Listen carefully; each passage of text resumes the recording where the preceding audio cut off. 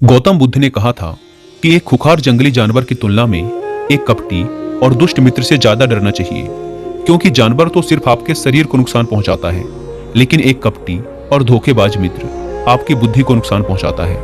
एक बुरा मित्र ही आपको ऐसी दशा में ला सकता है जहां आपको लगने लगे कि ये दुनिया बहुत बुरी है, अब यहाँ जीकर भी क्या फायदा है। और ऐसा तब होता है जब आपके साथ विश्वासघात होता है, आपको धोखा दिया जाता है, और धोखा भी उसी व्यक्ति को मिलता है जिसने दूसरे पर अंधा विश्वास किया हो। कभी भी हम किसी पर एकदम से भरोसा नहीं करते, भरोसा धीरे धीरे बढ़ता है, लेकिन एक समय आने के बाद यह भरोसा इतना मजबूत हो जाता है कि हम उस व्यक्ति के लिए अपने आंख, कान और दिमाग सब बंद कर लेते हैं। और फिर ऐसी स्थिति में ही हमारा सबसे विश्वास पात्र व्यक्ति हमें इतना बड़ा धोखा दे देता है कि हमारा दुनिया पर से भरोसा उठ जाता है और हम हर किसी को सबकी नजर से देखने लगते हैं। असल में देखा जाए तो ये दुनिया धोखे पर ही चल रही है। हम अपनी जिंदगी में कभी ना कभी, कहीं ना कहीं, किसी न किसी को धोखा देते ही रहते हैं, और दूसरे लोग भी हमें धोखा दिए जा रहे हैं। दूसरे धोखा दे तो बात समझ भी आती है, लेकिन हम तो वर्षों से खुद को ही धोखा देते आ रहे हैं। हम स्वयं को ऐसी ऐसी बातें समझा देते हैं जिससे हमें सच्चाई का सामना न करना पड़े और हम झूठी दुनिया में ही खोए रहें। धोखा या विश्वासघात दो धारी तलवार की तरह होता है। हमें लगता तो है कि हम सामने वाले को धोखा देकर उसे मूर्ख बना रहे हैं, लेकिन ये धोखे की तलवार आज जितनी गर्दन सामने वाले की काटती है, भविष्य में उतनी ही गर्दन हमारी भी कटती है। दोस्तों, आज की इस बौद्ध कहानी के माध्यम से जानेंगे कि हम खुद को धोखे या विश्वासघात से कैसे बचा सकते हैं, और वीडियो के अंत में हम ऐसी 10 निशानियों के बारे में भी जानेंगे जो एक धोखेबाज और झूठे व्यक्ति में पाई जाती है। एक युवा व्यक्ति बहुत ही क्रोधित अवस्था में पहाड़ी की चोटी से कूदकर आत्महत्या करने जा रहा था। जैसे ही वह पहाड़ी के शिखर पर पहुंचा, वह जोर से चिल्लाया, यह दुनिया इतनी बुरी क्यों है? यहाँ सब इतने स्वार्थी क्यों हैं? अब मेरे जीने का कोई फायदा नहीं। उसी पहाड़ी के शिखर पर एक बौद्ध भिक्षु अपनी ध्यान साधना में लीन थे।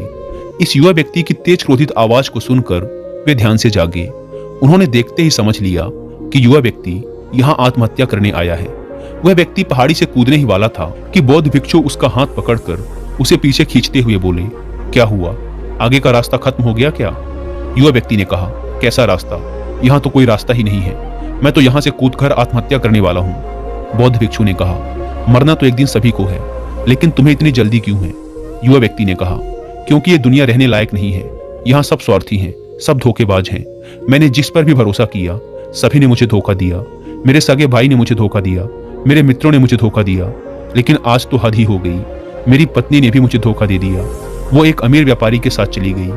इतने सारे धोखे मिलने के बाद अब मेरा इस दुनिया में जीने का कोई मतलब नहीं। इस स्वार्थी दुनिया में कोई भी भरोसे के लायक नहीं, इसीलिए मैं आत्महत्या करने जा रहा हूँ। बौद्ध भिक्षु ने कहा, क्या तुम स्वार्थी नहीं हो?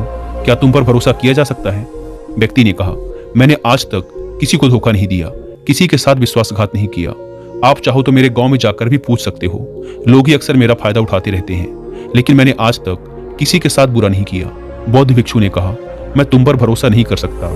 तुम्हें मुझे ये सिद्ध करके दिखाना पड़ेगा कि तुम एक स्वार्थी व्यक्ति नहीं हो। व्यक्ति ने पूछा, ये सिद्ध करने के लिए मुझे क्या करना पड़ेगा? भिक्षु ने कहा, तुम्हें अगले 1 साल तक मेरे साथ मेरे आश्रम में रहना पड़ेगा। तब जाकर मैं जान पाऊंगा कि तुम एक ईमानदार व्यक्ति हो या फिर तुम भी दूसरों की ही तरह स्वार्थी और धोखेबाज हो। व्यक्ति ने कहा, ठीक है, मैं आपके साथ आपके आश्रम में 1 साल तक रहूंगा और खुद को सिद्ध करके दिखाऊंगा। बौद्ध भिक्षु उस युवा व्यक्ति को अपने साथ अपने आश्रम में ले आए और उसे अपना शिष्य बना लिया। अगले दिन सुबह होते ही बौद्ध भिक्षु ने उस नए शिष्य को अपने पास बुलाया और कहा, मुझे तुम पर भरोसा तो नहीं है, लेकिन फिर भी तुम जाओ और भिक्षा मांग कर लाओ। तब तक मैं तुम्हारे दूसरे गुरु भाइयों को शिक्षा देता हूँ। उस युवा शिष्य ने गुरु को प्रणाम किया और भिक्षा मांगने के लिए चल पड़ा। उसने आज से पहले कभी भिक्षा नहीं मांगी थी, इसीलिए उसे भिक्षा मांगने में बड़ी तकलीफ हो रही थी। उसके मुंह से भिक्षा के लिए शब्द नहीं निकल रहे थे। उसका अहंकार उसे भिक्षा मांगने से रोक रहा था, लेकिन उसके अंदर एक अहंकार और उमड़ रहा था, गुरु को गलत सिद्ध करने का अहंकार। इसलिए उसने भिक्षा मांगी और उस भिक्षा को लेकर वापस गुरु के पास पहुंचा।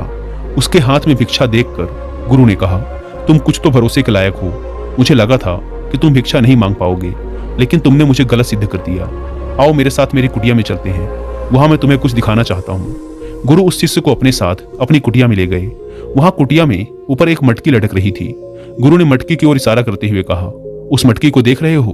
उसमें जहर रखा हुआ है, और जहर भी ऐसा है कि अगर किसी को दे दो तो व्यक्ति बड़े आराम से मर सकता है और किसी को पता भी नहीं चलेगा कि कि उसकी मौत कैसे हुई। युवा शिष्य ने कहा, लेकिन गुरुदेव, आप ऐसा मुझे क्यों बता रहे हैं? बौद्ध भिक्षु ने कहा, मैं बस तुम्हें सावधान कर रहा हूँ कि कभी इसे गलती से खा मत लेना। कुछ दिनों बाद गुरु अपने शिष्यों के साथ एक जंगल से गुजर रहे थे। तभी कुछ जंगली लुटेरों ने अचानक उन पर हमला कर दिया। सभी शिष्य अपनी अपनी जान बचाकर इधर उधर भागने लगे, लेकिन ज्यादा उम्र होने की वजह से गुरु नहीं भाग पा रहे थे। यह बात उस युवा शिष्य ने अनुभव की और वह बहादुरी का प्रदर्शन करते हुए अपने गुरु को डाकुओं से बचाकर आश्रम तक सुरक्षित ले आया। आश्रम पहुंचकर गुरु ने उस शिष्य की सभी के सामने बहुत प्रशंसा की और कहा, तुम सभी लोगों से अच्छा तो मेरा यह नया शिष्य है, जिसने अपनी जान पर खेलकर मेरी जान बचाई और मुझे सुरक्षित यहाँ तक ले आया। आज से मुझे इस पर पूरा भरोसा है। उस दिन के बाद से हर सुबह जब भी गुरु उस शिष्य से मिलते तो उससे एक बात जरूर कहते, मुझे तुम पर पूरा भरोसा है। धीरे धीरे गुरु का उस शिष्य पर भरोसा बढ़ता चला गया और वह इतना बढ़ गया कि गुरु ने एक दिन शिष्य को अपने पास बुलाया और कहा, मेरा कोई पुत्र नहीं है, लेकिन तुम मेरे पुत्र जैसे ही हो। अब मेरी उम्र हो चुकी है, मैं बूढ़ा हो गया हूँ, इसलिए मैं चाहता हूँ कि मेरी मृत्यु के बाद इस आश्रम की बागडोर तुम अपने हाथों में ले लो। शिष्य ने कहा, गुरुदेव, अगर आपकी यही इच्छा है तो मैं आपकी खुशी के लिए ये जिम्मेदारी भी उठाऊंगा। इतना कहकर शिष्य वहां से चला गया। कुछ दिनों बाद गुरु बीमार पड़ गए तो उन्होंने आश्रम के सभी शिष्यों को बुलाकर यह घोषणा कर दी कि मेरे बाद इस आश्रम का संचालन ये युवा शिष्य करेगा। धीरे धीरे दिन बीतने लगे और उस युवा शिष्य के मन की बेचैनी बढ़ने लगी। वो जल्द से जल्द आश्रम को अपने कब्जे में लेना चाहता था। वो हर सुबह गुरु के पास जाकर यही देखता कि गुरु के स्वास्थ्य में कोई प्रभाव पड़ा या नहीं, लेकिन गुरु का स्वास्थ्य तो दिन प्रतिदिन अच्छा होता जा रहा था। अब तो उसके सब्र का बाण भी टूटने लगा। उसके रातों की नींद चली गई। वह हर समय यही सोचता रहता कि कैसे गुरु को रास्ते से हटाया जाए और किसी को पता भी न चले। कभी वह सोचता कि गुरु को नदी में धक्का दे देता हूँ, लेकिन अगले ही पल उसे ख्याल आया कि गुरु तो अच्छे तैराक हैं, वो तैरकर बाहर आ जाएंगे। फिर कभी सोचता कि गुरु को गला दबाकर मार देता हूँ। सब जानते हैं कि मैं गुरु का भरोसेमंद हूँ, इसलिए मुझ पर किसी को शक भी नहीं होगा। लेकिन फिर वह सोचता कि अगर थोड़ी सी भी चूक हुई तो इससे बात बिगड़ भी सकती है। मुझे कोई ऐसा तरीका ढूंढना होगा जिसमें गुरु की मौत भी हो जाए और सभी को यही लगे कि यह एक स्वाभाविक मृत्यु थी और भगवान को यही मंजूर था। एक दिन वह युवा शिष्य गुरु के पास उनकी कुटिया में बैठा हुआ था। तभी उसकी नजर ऊपर लटक रही मटकी पर पड़ी। उसे याद आया कि गुरु ने कहा था, इसमें जहर है और जहर भी ऐसा है जिसका किसी को पता नहीं चलता। उसने सोचा कि यही सही रहेगा, ये जहर गुरु को दे देता हूँ और किसी को पता भी नहीं चलेगा कि उनकी मृत्यु कैसे हुई। फिर पूरे आश्रम पर सिर्फ मेरा नियंत्रण होगा। अगले दिन उसने चुपके से गुरु की कुटिया से वो जहर चुरा लिया और उसे गुरु के खाने में मिला दिया। गुरु ने वह खाना खा लिया और रात में सोने चले गए। लेकिन जब सुबह हुई तो पूरा आश्रम जागा, पर गुरु नहीं जागे। शिष्यों ने गुरु की कुटिया में जाकर देखा तो पता चला कि गुरु की तो मृत्यु हो गई है। जब यह बात उस युवा शिष्य को पता चली तो वह अंदर ही अंदर बहुत खुश हो गया और आश्रम को अपने नियंत्रण में लेने का काम शुरू कर दिया। उसी आश्रम में गुरु का एक सबसे पुराना शिष्य भी था। वह चुपचाप यह सारी घटना देख रहा था। वह अपनी कुटिया में गया और वहां से एक औषधि ले आया और वह औषधि गुरु को पिला दी। थोड़ी ही देर में गुरु की चेतना लौट आई और वह एकदम स्वस्थ होकर बैठ गए। यह सब देखकर उस युवा शिष्य के पैरों तले जमीन खिसक गई। वह बुरी तरह घबरा गया।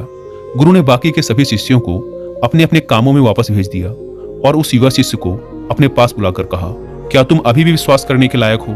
क्या तुमने मुझे धोखा नहीं दिया? क्या तुम स्वार्थी नहीं हो? वह शिष्य गुरु के चरणों में गिर पड़ा और बोला, पता नहीं ये अपराध मुझसे कैसे हो गया। मैंने आज से पहले तो कभी किसी को धोखा नहीं दिया था। लोग ही मुझे धोखा देते आए हैं, लेकिन पता नहीं क्यों और कैसे मैंने आज आपको धोखा दे दिया। गुरु ने कहा, तुम मुझे धोखा दे ही नहीं सकते थे, क्योंकि मैंने तुम पर कभी भरोसा किया ही नहीं था। मैं किसी भी इंसान पर भरोसा नहीं करता। मैं केवल उसी पर भरोसा करता हूँ जो मैं अपनी आंखों से देखता हूँ। और मुझे तुम्हारे अंदर लालच दिखाई दे रहा था, और यह लालच भी मैंने ही तुम्हें जानबूझकर दिया था, क्योंकि कोई भी व्यक्ति केवल 3 कारणों से ही किसी के साथ विश्वासघात करता है। पहला स्वार्थ, दूसरा लालच और तीसरा ईर्ष्या। दोस्तों, यहाँ पर मैं आपको कुकू एफएम पर एक ऑडियो बुक रिकमेंड करूंगा जिसका नाम है दोगलापन, जिसे लिखा है भारत पे के फाउंडर और शार्क टैंक के सबसे फेमस जज असनीर ग्रोवर ने। इस ऑडियो बुक में आप सीखेंगे कि किसी पर भी अंधा विश्वास करना कितना भारी पड़ सकता है। असनीर ने अपने दोस्तों पर अंधा विश्वास किया, जिसका परिणाम यह हुआ कि उन्हें उनकी ही बनाई कंपनी भारत पे से बड़ी ही चालाकी से निकाल दिया गया। इस ऑडियो बुक को पूरा सुनकर आप असनीर ग्रोवर की लाइफ और उनके द्वारा की गई गलतियों से बहुत कुछ सीख कर उसे अपनी लाइफ में अप्लाई कर सकते हैं। मैंने भी अभी रिसेंटली ही इस ऑडियो बुक को सुनकर फिनिश किया है। 3 बातें जो मैंने इस ऑडियो बुक से सीखी हैं। पहली बात, किसी पर भी आंख बंद करके भरोसा नहीं करना है, और ऐसा काम या बिजनेस जिसको आपने बड़ी मेहनत करके खड़ा किया है उसका अल्टीमेट कंट्रोल अपने पास ही रखना है। दूसरी बात, हमेशा अपने से बड़े लोगों की संगत में रहिए और बड़ी बड़ी व नई जगहों में घूमने जाइए। असनीर दिल्ली के निवासी हैं। जब तक दिल्ली में थे लगता था यही सबसे बड़ी जगह है, लेकिन जब यूएस, कनाडा, फ्रांस जैसी जगहों में घूमने गए फिर उनका पूरा नजरिया ही बदल गया। और तीसरी बात, अपने परिवार को कभी नजरअंदाज नहीं करना है, क्योंकि सबसे मुश्किल वक्त में केवल परिवार ही साथ खड़ा रहता है। इस किताब में सीखने लायक ऐसे ही और भी बहुत से इंपॉर्टेंट लाइफ लेसन्स हैं जिन्हें आप इस ऑडियो बुक को पूरा सुनकर सीख सकते हैं। और जिन्हें कुक एफएम के बारे में नहीं पता, यह इंडिया का सबसे बड़ा ऑडियो शो प्लेटफॉर्म है जहां पर आप 10,000 से ज्यादा ऑडियो शोज को सुन सकते हैं, वो भी अपनी मनपसंद लैंग्वेज में। वैसे इस प्लेटफॉर्म का मंथली सब्सक्रिप्शन पड़ता है 99 रुपीज का, लेकिन अगर आप यूज करते हैं कूपन कोड WI50 तो आपको इसके फर्स्ट मंथ के सब्सक्रिप्शन पर मिलेगा 50% का डिस्काउंट, यानी आपको पड़ेगा 99 की बजाय सिर्फ 49 रुपीज का। ऐप को डाउनलोड करने की link description and first comment पर मिल जाएगी। आइए कहानी पर वापस लौटते हैं। उस युवा भिक्षु ने गुरु से पूछा, लेकिन गुरुदेव, मैं खुद को इस स्वार्थ, लालच और ईर्ष्या से कैसे मुक्त रख सकता हूँ? गुरु ने कहा, खुद को पढ़ो, खुद को जानो, खुद के भीतर उतरने का प्रयास करो। इंसान के भीतर बड़ी संभावना है, वह खुद को कुछ भी बना सकता है, वह कुछ भी हो सकता है। और जब तुम में कोई बदलाव आए तो खुद के भीतर झांक कर यह जानने का प्रयास करो कि तुम क्यों बदल रहे हो, कौन तुम्हें बदल रहा है, यह बदलाव अच्छा है या बुरा। खुद का आत्मनिरीक्षण करने का प्रयास करो। गुरु के ये शब्द सुनकर शिष्य ने फिर उनके पैर पकड़ लिए और कहा, गुरुदेव, मैं आपका ही शिष्य बनकर रहना चाहता हूँ और ये ज्ञान प्राप्त करना चाहता हूँ कि मैं कौन हूँ, क्या हूँ और क्यों मैं बदल जाता हूँ। गुरु ने कहा, हमारे आसपास ऐसे बहुत से लोग हैं और ऐसे बहुत से लोग हुए हैं जो इस बात की मिसाल हैं कि उन्होंने अपने स्वार्थ, लालच और ईर्ष्या के बस में आकर कभी भी किसी को धोखा नहीं दिया, किसी के भी साथ विश्वासघात नहीं किया। धोखा इंसान तभी देता है जब उसे लगता है कि जो वो कर रहा है उसे कोई देख नहीं रहा और भविष्य में भी किसी को उसका पता नहीं चलेगा और जो वो कर रहा है वही सही है।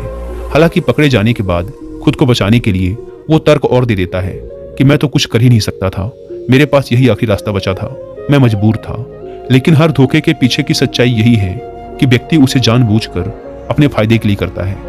गुरु ने शिष्य की आंखों में देखते हुए कहा, याद रहे, हम जब भी किसी को धोखा देते हैं तो हम उसकी आंतरिक चेतना को ठेस पहुंचाते हैं और वह इतनी बुरी तरह आहत हो जाता है कि उसका किसी पर भरोसा नहीं रह जाता और वह अंदर से बहुत दुखी और खुद को बड़ा अकेला महसूस करने लगता है। इसीलिए अगर तुम चाहते हो कि तुम्हें कोई धोखा न दे पाए तो अपनी आंख, कान और दिमाग को खुला रखो। लोगों पर भरोसा तो करो, लेकिन इतना भी भरोसा मत करो कि वो तुम्हारा फायदा उठाने लग जाएं। हमेशा अपने सबसे महत्वपूर्ण कामों का नियंत्रण अपने हाथ में रखो और कभी भी अपने जीवन की बागडोर किसी दूसरे के हाथों में मत दो। और बीच बीच में खुद की भी जांच पड़ताल करते रहो कि जिस धोखे से तुम बचना चाहते हो कहीं वैसा ही धोखा तुम तो किसी दूसरे के साथ नहीं कर रहे हो। और अगर फिर भी तुम्हें कोई धोखा दे तो निराश मत होना, क्योंकि हर एक धोखा इंसान को कुछ न कुछ सिखा कर ही जाता है। धोखा खाने के बाद इंसान पहले से भी कहीं ज्यादा सतर्क और समझदार हो जाता है। इसलिए सिर्फ एक धोखे की वजह से खुद की जिंदगी को बर्बाद मत करो और इसे एक सीख समझकर आगे बढ़ जाओ। गुरु ने कहा, ये 10 निशानियां हैं एक धोखेबाज इंसान की, एक चालाक इंसान की, जो तुम्हें धोखा दे सकता है, तुम्हारे मन की शांति तक छीन सकता है और तुम्हें निराशा के गहरे सागर में डुबोकर तुम्हारी जिंदगी तक खत्म कर सकता है। पहली निशानी, जो इंसान धोखेबाज होगा, झूठा होगा, वो तुमसे सब कुछ छुपाएगा। तुम्हें उसके बारे में दूसरे लोगों से पता चलेगा और जब तुम पूछोगे तो बोलेगा कि बताना ही भूल गया। उसके साथ बहुत लंबा वक्त बिताने के बाद भी तुम्हें उसके बारे में कुछ खास पता नहीं होगा कि वो तुम्हारे बारे में सोचता क्या है, उसके जीवन में क्या चल रहा है। तुम हमेशा उसके बारे में दुविधा में ही रहोगे, क्योंकि वो तुमसे हर एक बात छुपाएगा, क्योंकि वो एक सच्चा इंसान है ही नहीं। एक सच्चे इंसान को कोई परेशानी नहीं होती अपने बारे में बताने में, वो लगभग हर एक बात तुम्हारे साथ साझा कर लेता है। लेकिन जो धोखेबाज होगा वो बड़ी सावधानी से चलता है। तो ये बात हमें गौर करनी चाहिए कि जिस इंसान के साथ हम रिश्ते में हैं, जिसे हम अपनी जिंदगी सौंपने वाले हैं, जिसके साथ हम प्रेम का, विश्वास का सौदा करने वाले हैं, क्या वो अपनी पूरी जिंदगी हमारे साथ एक खुली किताब की तरह साझा करता है या नहीं, या वो हमसे चीजें छुपाता है। अगर वो छुपाता है तो वो इंसान एक बहुत बड़ा धोखेबाज है। दूसरी निशानी, जो इंसान धोखेबाज होता है और जिसका हमसे सच्चा प्रेम नहीं होता, उसे हमारी परवाह कभी नहीं होती। हम चाहे उसकी कितनी ही परवाह कर लें, कुछ भी कर दें उसके लिए, लेकिन उसे जरा सी भी परवाह नहीं होगी। और ऐसा एक बार नहीं, बार बार देखने को मिलेगा। लेकिन हम इसे देख कर भी अनदेखा कर देते हैं, ये हमारी गलती है। हम अपने मोह के चलते सच आंखों के सामने होते हुए भी उसे देख नहीं पाते, ये हमारी कमी है। अगर हम थोड़ा होशपूर्वक देखने का प्रयास करें तो हमें पता चलेगा कि उसे हमारी कोई परवाह नहीं। तीसरी निशानी, जो इंसान धोखेबाज होता है वो बहुत बड़ा झूठा भी होता है। उसकी खुद की बातें ही खुद से मेल नहीं खाती। उसकी जुबान बार बार बदलती रहती है, वह अपनी ही बातों पर खरा नहीं उतरता, लेकिन हम उसकी झूठी सच्ची बातों पर फंस जाते हैं, इसीलिए हम उसे पहचान नहीं पाते। चौथी निशानी, एक धोखेबाज व्यक्ति हमारे सामने तो हमारी चापलूसी और झूठी प्रशंसा कर लेगा, लेकिन वो कभी भी हमारे पीठ पीछे या दूसरों से हमारी प्रशंसा नहीं करेगा और हमें इज्जत नहीं देगा। हम चाहे उसके लिए मर ही क्यों न जाएं, लेकिन वो कभी भी हमारी प्रशंसा नहीं करेगा और हमें उतनी अहमियत कभी नहीं देगा जितनी हम उसे अपनी जिंदगी में देते हैं, क्योंकि वो एक दिन हमें धोखा देने वाला है। तो हमें बहुत बड़ा धोखा मिले, इससे अच्छा है कि हम पहले ही सावधान हो जाएं। पांचवी निशानी, वो क्या कहते हैं उस पर ध्यान मत दो, बल्कि वो तुम्हारे साथ क्या करते हैं उस पर ध्यान दो, क्योंकि बातें कहना बड़ा आसान है लेकिन करना बड़ा मुश्किल। पर अधिकतर लोग इन्हीं बातों पर आकर फंस जाते हैं। इसीलिए चाहे वो तुमसे कितनी ही बातें करें, कितने ही वादे करें, लेकिन जब तक वो उन्हें करके ना दिखाएं, भरोसा मत करना। छठी निशानी, ये अक्सर प्रेम संबंधों में देखने को मिलती है कि एक धोखेबाज व्यक्ति अपने से प्रेम करने वाले को ऐसे लेता है कि सामने वाला हमेशा उसके लिए उपलब्ध रहने वाला है, वो कहीं नहीं जाने वाला, यहीं पड़ा रहेगा उसके लिए। वो ना इज्जत देता है और ना ही सम्मान, और अगर उनसे सम्मान की भीख मांगी जाए तो वो और बेइज्जत करते हैं। अगर किसी रिश्ते में किसी से गिड़गिड़ाना पड़े, उससे भीख मांगना पड़े कि मुझे अपना समय दो, मुझसे बात करो, तो इससे घटिया रिश्ता और कोई हो ही नहीं सकता। जिसको तुमसे सच्चा प्रेम होगा वो खुद चाहेगा कि उसका ज्यादातर समय तुम्हारे साथ बीते। जिससे तुम्हें समय की भीख मांगनी पड़े, समझ जाओ कि उसके अंदर तुम्हारे लिए कोई प्रेम नहीं है। सातवीं निशानी, उसके पास हर काम के लिए समय होगा, लेकिन तुम्हारे लिए कभी भी समय नहीं होगा। वो अपनी जिंदगी में तुम्हारे लिए कुछ भी नहीं छोड़ेंगे, लेकिन तुम्हें कभी भी छोड़ देंगे। वो तुमसे बात तभी करेंगे जब उनका मन होगा, ना कि तब जब तुम्हें उनकी जरूरत होगी। वो तुम्हें तो किसी दूसरे इंसान से बदल सकते हैं, लेकिन तुम्हारे लिए कुछ भी नहीं बदलेंगे, ना अपनी आदतें, ना अपना स्वभाव और ना ही अपना आराम। आठवीं निशानी, वो कभी भी तुम्हारे प्रति समर्पित और प्रतिबद्ध नहीं होंगे कि चाहे कुछ भी हो जाए, हम तुम्हारे साथ हैं, चाहे कैसा भी समय हो, हम तुम्हारा साथ देंगे। वो केवल अपनी शर्तों पर तुम्हारे साथ रहेंगे। जब जब उन्हें आराम होगा और अच्छा लगेगा, वो तुम्हारे साथ रहेंगे, और अगर उन्हें थोड़ी सी भी तकलीफ हुई तो वो चले जाएंगे, क्योंकि वो अपने आराम से बाहर आकर तुम्हारे लिए कभी भी कुछ भी नहीं करने वाले। नौवीं निशानी, वो तुम्हें हमेशा दुख पहुंचाते रहेंगे, कभी जानबूझकर तो कभी उन्हें पता भी नहीं चलता कि वो तुम्हें कितना दुख पहुंचा रहे हैं, और तुम्हारे दिल को ठेस पहुंचती रहेगी। जो इंसान तुमसे सच्चा प्रेम करता है, उसके साथ तुम्हें खुशी महसूस होगी। उसके साथ रहने पर तुम्हें ऐसा लगेगा कि जैसे तुम हल्के होकर हवा में उड़ रहे हो। और अगर तुम एक धोखेबाज, एक गलत इंसान के साथ रिश्ते में हो, तो तुम्हें सब कुछ भारी भारी और बोझिल लगेगा। ऐसा लगेगा जैसे कुछ ठीक नहीं हो रहा। तुम्हारे अंदर से ये आवाज आएगी कि ये रिश्ता ठीक नहीं है तुम्हारे लिए। पर अगर तुम उसे सुनकर भी अनसुना कर देते हो तो ये तुम्हारी गलती है। 10वीं निशानी, तुम उनकी जिंदगी में कहीं नहीं होते, कोई विशेष जगह नहीं होती तुम्हारी उनकी जिंदगी में। वो जब चाहें बड़ी आसानी से तुम्हें अपनी जिंदगी से निकाल बाहर कर सकते हैं, और उन्हें कोई फर्क भी नहीं पड़ेगा। अगर तुम्हें भरोसा नहीं और सच्चाई जाननी है उनकी, तो कुछ दिनों के लिए उनकी जिंदगी से गायब हो जाओ। उन्हें जरा भी फर्क नहीं पड़ेगा, बल्कि वो तो और खुश हो जाएंगे कि अच्छा हुआ मुसीबत गई हमारी जिंदगी से, अब हम और आजाद हैं, अब हम जो चाहें वो कर सकते हैं। दोस्तों, अगर आप भी ऐसे इंसान के साथ रिलेशनशिप में हैं तो होश में आ जाइए और जितना जल्दी हो सके इससे बाहर आ जाइए। यकीन मानिए, ऐसे रिश्ते से बाहर आकर आपको शांति, सुकून, प्यार सब मिलेगा। और क्या सिर्फ वही एक इंसान है इस दुनिया में? आप एक बुरे इंसान को छोड़ेंगे तो 10 अच्छे इंसान आएंगे आपकी जिंदगी में, जो आपको सम्मान देंगे, प्यार देंगे। पर जब तक आप ऐसे झूठे इंसान के साथ जुड़े रहेंगे, आपको दूसरे अच्छे इंसान दिखेंगे ही नहीं। लेकिन जैसे ही आप ऐसे धोखेबाज इंसान को छोड़ेंगे, आपकी जिंदगी में अच्छे इंसान आने शुरू हो जाएंगे। एक बात और, आजकल जिन लोगों के साथ रिलेशनशिप में, प्यार में धोखा होता है, वो कहते हैं कि प्यार व्यार कुछ नहीं होता, सब कुछ धोखा होता है। आजकल सब कुछ झूठ है, लेकिन ये पूरी तरह सही नहीं है। वो इंसान जिसने आपको धोखा दिया, वो प्यार का मतलब नहीं जानता था। पर आज भी दुनिया में ऐसे बहुत से लोग हैं जो प्यार करना भी जानते हैं और उसे निभाना भी जानते हैं। जिन जिन लोगों के साथ धोखा हुआ, वो तो अपनी तरफ से सच्चा प्यार कर ही रहे थे ना।